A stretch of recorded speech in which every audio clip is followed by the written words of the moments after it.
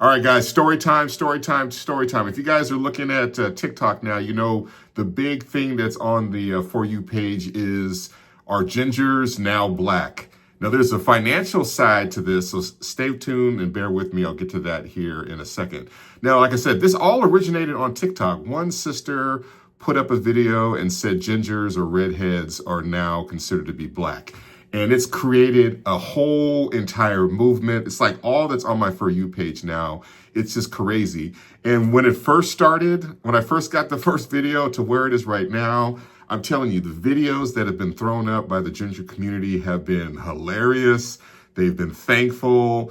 People now have become extremely emotional and talking about a lot of the pain and hardship and teasing that they went through as children, and even still to this day. Some of those stories are just heart-wrenching and make you want to, tear up. And then now it seems like people are moving into the appreciative phase and saying kind of like, hey, we've got this incredible honor by the Black community. We're now part of the Black community. Let's not F this up at all. Let's just do what we're supposed to do. And I'll tell you, overall, I say 99.99% of the videos have been just incredible. I think there's one guy on there just kind of tripping a little bit, but other than that, it's been incredible content. So the magic here that's happening is that a community is being built before our eyes. The gingers right now, they're roughly about 2% of the U.S. population. If you figure 360 million people in the United States, it's roughly about 7.2 million gingers. And so there hasn't been a linking or a national movement of anything that's been tied to the gingers until now. They're all simply acknowledging each other.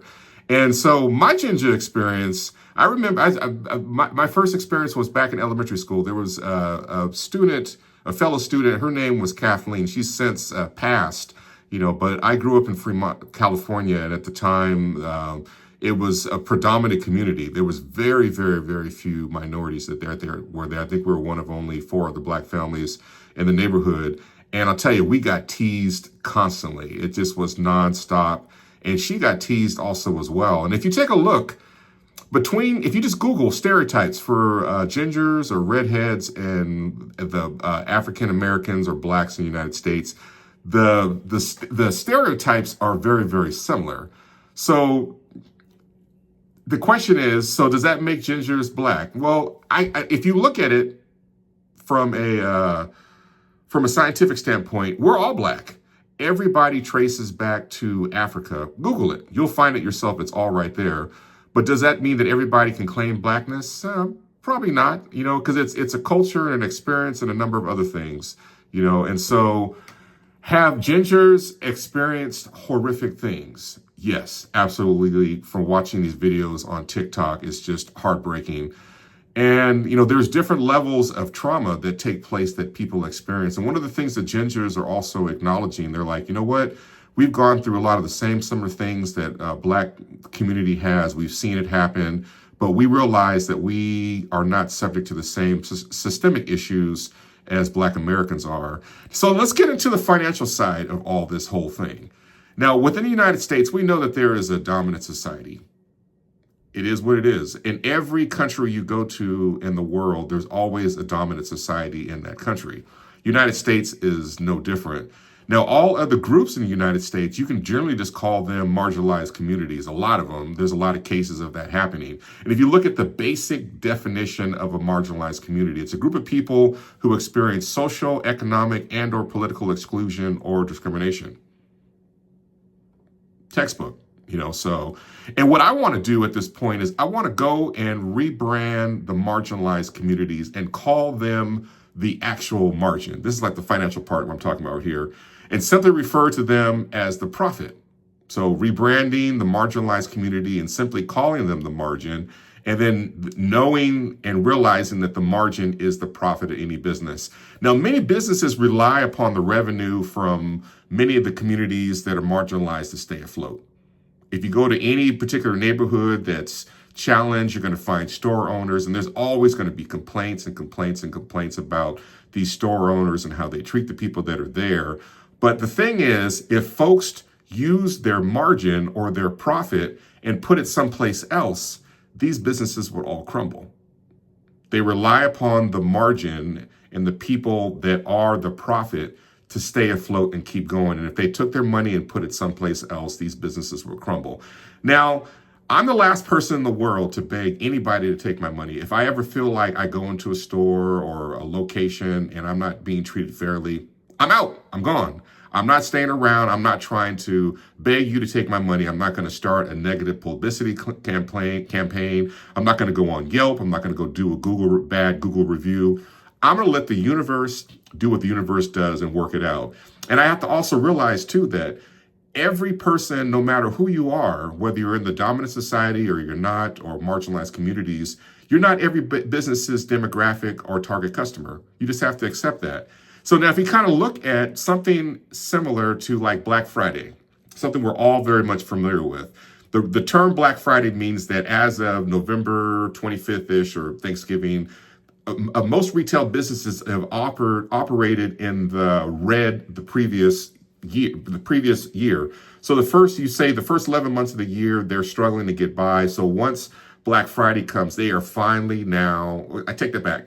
So once a business gets to Thanksgiving, they finally become in the black. Before that, they've operated in the red. And so when you're in the red, you're losing money. So you figure in a typical year, a business only has about 1 month of profit.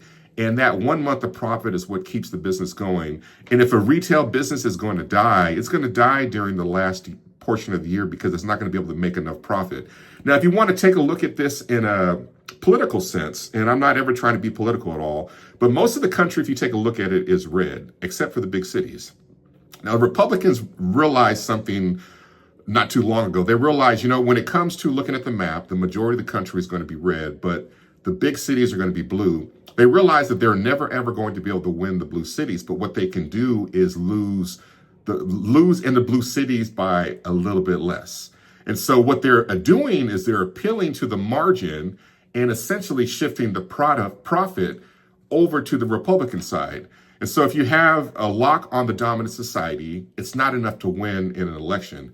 And if you take and look at the dominant society, it's about split 50-50, half and half. So just having a lock on the dominant society is not going to be enough. So similar to Black Friday and financial results, once you get to Black Friday, before that, it's pretty much break even or loss. But the margin and the marginalized communities in these elections are actually going to be the profit that takes the business into the black for the remainder of that 1 month of the year. So in closing, I want to talk about this. The margin is where the profit is. You have to always remember that. And gingers are now realizing that they are also part of the margin. And as their community grows, they will find their voice. They will also find their power. So hopefully they will be genuine as they realize this, and they will be mindful and they will do the right thing. So like I said, when it comes down to it, my only advice to you guys is be kind to each other, because ultimately in the end, and what you'll see in some of these videos, some of the people are in their 30s and 40s and they've been traumatized when they were 5, 6, 7, 8 years old. They're carrying decades and decades of trauma around with them. So be careful what you say to people, be kind to people. And ultimately the question is, are gingers now invited to the cookout? I'll say this, sure, everybody is invited to the cookout, but invitations will continue to be processed on a case-by-case basis. So see your local representative for more details. Continue to brace for impact. No one's coming to save any of us, and always take care of yourself first, and then those around you second. Take care, guys.